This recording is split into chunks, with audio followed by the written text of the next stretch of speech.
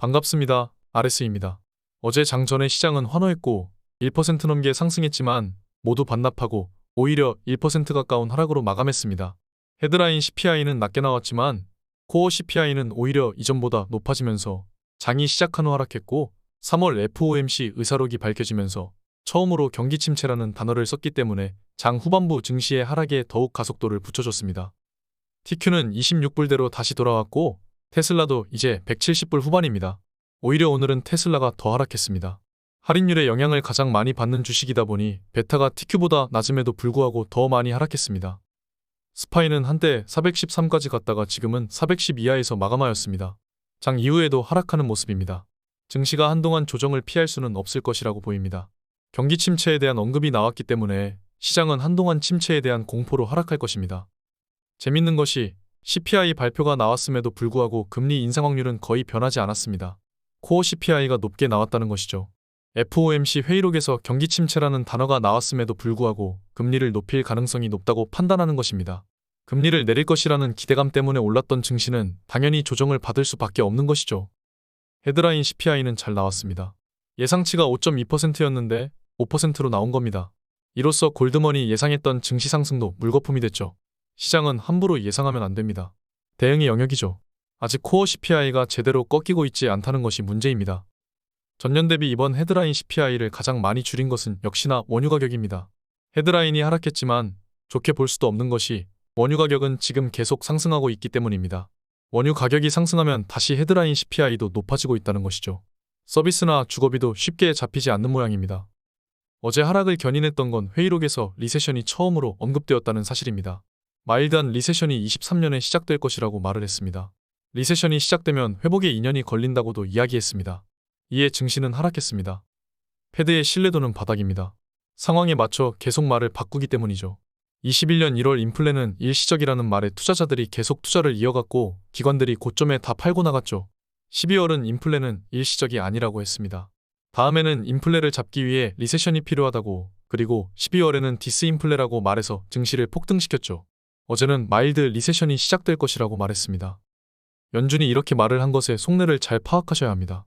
마일드한 리세션이 온다는 말을 곧이 곧대로 믿으시면 안 됩니다. 이는 시장에 충격을 조금씩 주기 위한 말에 불과합니다. 진실은 경착륙이 올 수도 있다는 뜻입니다. 그리고 인플레가 안 잡힐 수 있다는 뜻이죠. 우리가 해야 할 일은 확실합니다.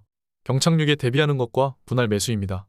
사실상 어제 대놓고 연준이 리세션에 대한 언급을 했음과 동시에 금리를 더 이상 올리면 안 된다는 말도 많았습니다. 회의에서 그런 말들이 나온 만큼 금리를 더 이상 공격적으로 올리진 못한다는 것이죠. 두 가지 시나리오 모두 가능합니다. 첫 번째는 코로나같이 블랙스완 같은 사건이 나타나서 경제를 파괴시키고 경착륙으로 물가를 완전히 잡아버리는 방법입니다. 이 방법이 점점 가능성이 커지고 있다고 보고 있습니다. 두 번째는 위기 조짐이 보이면 바로 선제적으로 금리 인하를 시작해서 경기를 부양시키는 것입니다.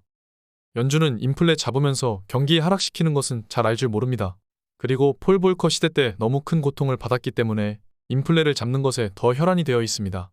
이미 디플레는 돈을 풀어서 극복을 해본 경험이 많기 때문에 경기를 무작정 살리면서 인플레를 폭등시키려고 하진 않을 것입니다. PMI를 보면 경기는 이미 하강 중입니다. 어디까지 하강할 줄 우리는 모른다는 것이죠. 그러나 조금만 더 하강하면 코로나로 돌아갑니다. 끝은 얼마 안 남았다는 것을 알 수 있죠.